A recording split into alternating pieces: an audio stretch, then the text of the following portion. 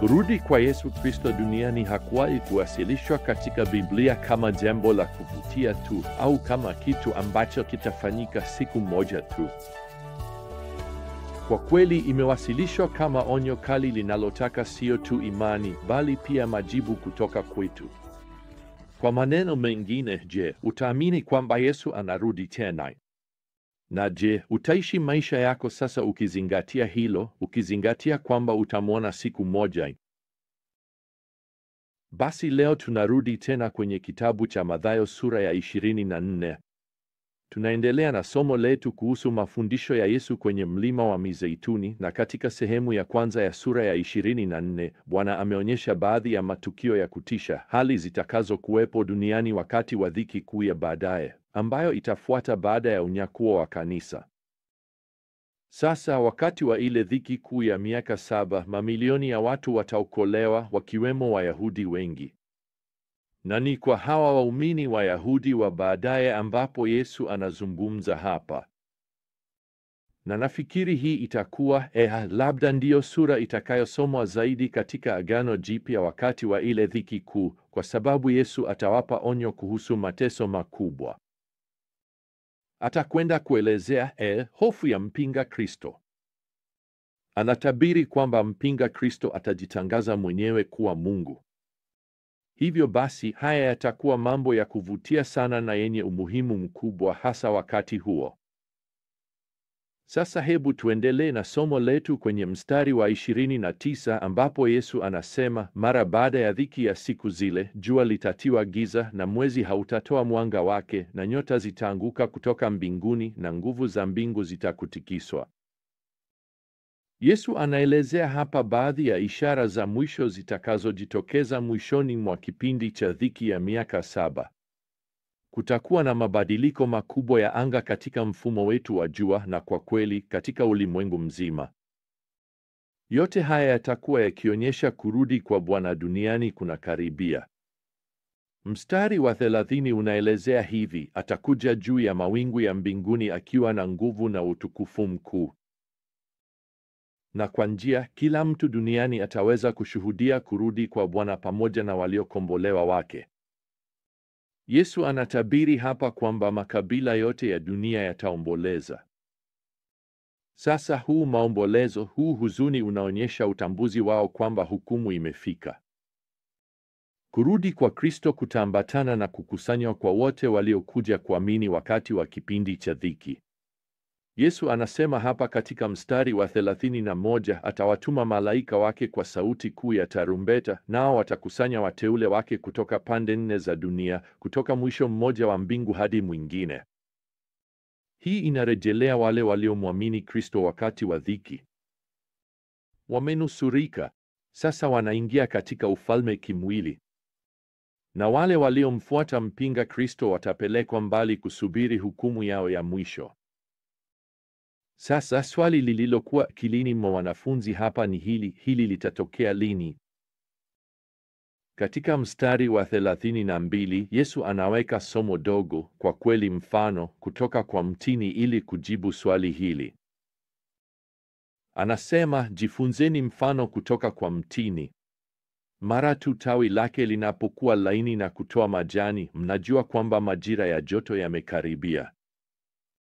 Anaongeza katika mstari wa 33, vivyo hivyo, mnapoyaona mambo haya yote, yaani mambo haya yote ya ajabu yakitokea, mnajua kwamba yeye yuko karibu, mlangoni kabisa.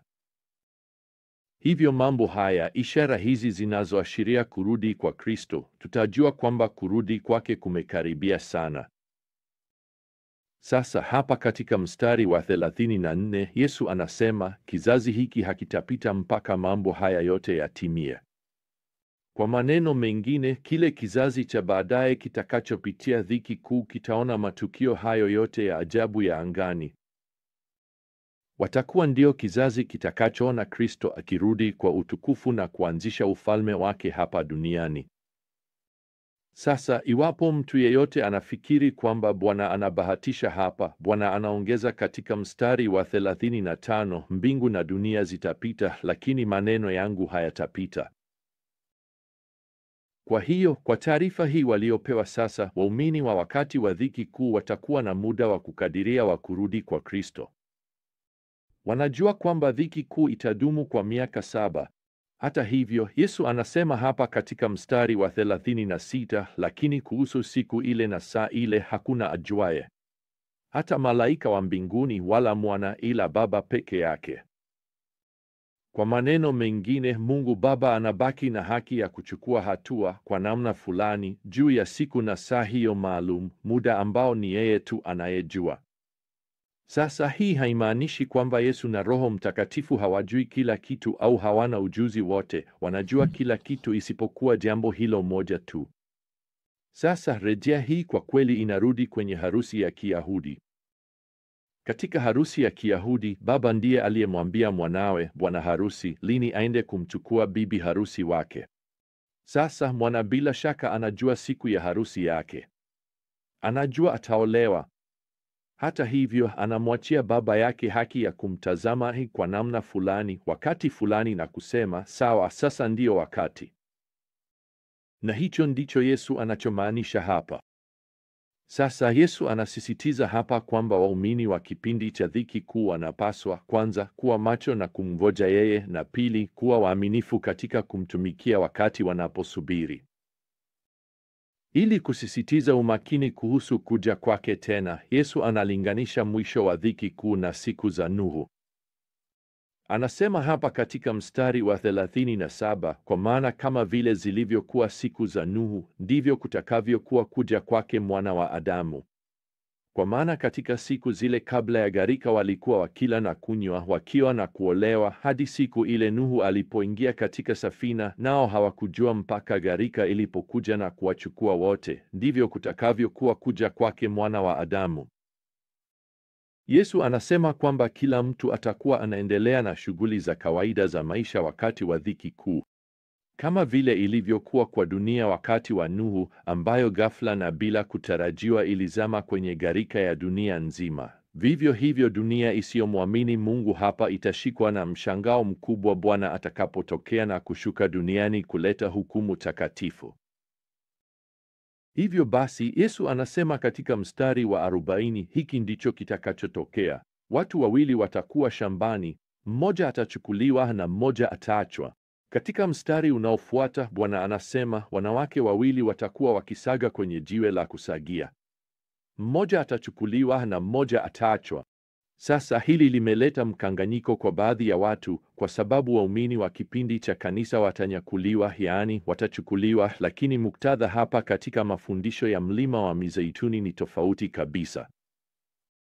Waumini wa kipindi cha dhiki kuu ndio watakaobaki, yaani watabaki hapa duniani ili waingie katika ufalme wa milenia wa Kristo. Wasioamini watachukuliwa kwenda kwenye hukumu. Hivyo Yesu anawaambia hao waumini wa baadaye hapa kwenye mstari wa 42, kesheni, kwa maana hamjui ni siku gani Bwana wenu atakuja. Anaongeza kwenye mstari wa 44, nanyi pia iweni tayari, kwa maana Mwana wa Adamu anakuja saa msiyodhani. Sasa kuwa tayari kunamaanisha nini? Basi iwe ni waumini wa kipindi cha dhiki kuu ya baadaye au waumini kama sisi leo tunapomngoja unyakuo wa kanisa, inamaanisha kuishi tukizingatia kuja kwake, tukitarajia kuonekana kwake. Na hiyo inamaanisha kumtumikia kwa uaminifu kila siku. Sasa hilo ndilo Yesu analoeleza kwenye mstari wa 45. Basi ni nani mtumishi mwaminifu na mwenye hekima ambaye bwana wake amemweka juu ya nyumba yake awape chakula kwa wakati unaofaa? Heri mtumishi yule ambaye bwana wake atakapokuja atamkuta akifanya hivyo. Amin, nawaambia, atamweka juu ya mali zake zote. Hivyo mtumishi mwaminifu hapa ni yule anayeshughulika na maisha yake akitimiza majukumu yake kwa uaminifu. Yeye anafanya tu kile alichopewa kufanya, kile alichoachwa hapa duniani ili akitimize. Na hiyo ni nini? Basi ni kumheshimu na kumtumikia Bwana kwa kuwatumikia wengine, kushiriki Injili na marafiki na majirani, kuwa mfano wa utaua na uadilifu, kufanya kazi za shule, kufua nguo au chochote kile ambacho Mungu amekupa ufanye. Nafikiria tu kama mwandishi mmoja alivyosema, mtumishi mwaminifu wa Yesu atazawadiwa cheo na mamlaka katika ufalme ujao. Sasa yule asiyeamini anaweza kudai kuwa na imani kwa Kristo, lakini kwa kweli haamini kwamba Bwana atarudi. Na mstari wa 49 unaelezea uovu na ubinafsi wa watu hawa. Kurudi kwa Kristo kwao kutaleta tuzo. Tuzo hiyo itakuwa ni hukumu ya kutisha. Sasa hatuishi katika kipindi cha dhiki kuu, na uthibitisho wa hilo ni kwamba hatujashuhudia matukio yale ya ajabu ya anga katika mfumo wetu wa jua. Lakini tunapaswa kutazamia awamu ya kwanza ya kurudi kwa Kristo. Yaani wakati atakapokuja mawinguni au kwenda mawinguni kutuondoa duniani wakati wa unyakuo. Hii ndiyo Mtume Paulo anaita katika Tito saa 2:13, tumaini lenye baraka, kuonekana kwa Bwana wetu.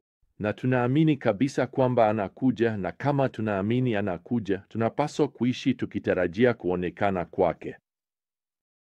Basi tuenende naye leo kwa kuishi maisha ya haki. Tumtumikie leo kwa furaha, haijalishi kazi ni ya kawaida kiasi gani au jukumu ni gumu kiasi gani, na tuwe macho. Kurudi kwa Yesu Kristo kwa ajili ya kanisa kunaweza kuwa karibu kabisa katika historia ya mwanadamu. Kwa hiyo tunaposubiri kwa furaha siku hiyo, neema ya Bwana Yesu Kristo na upendo wa Mungu na ushirika wa Roho Mtakatifu uwe nanyi nyote. Amina.